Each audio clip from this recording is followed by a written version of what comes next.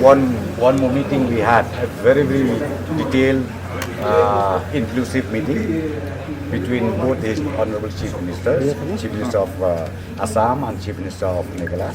And I would like to inform you that more or less we almost completed to reach to the agreement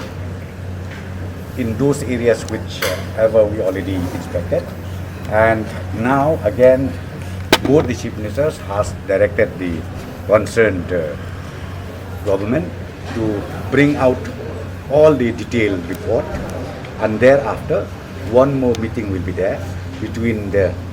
two Chief Ministers, and thereafter they will be meeting even the Honorable Union Home Minister,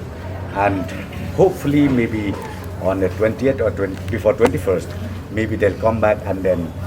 final agreement will be made public to both the state of Assam and Meghalaya.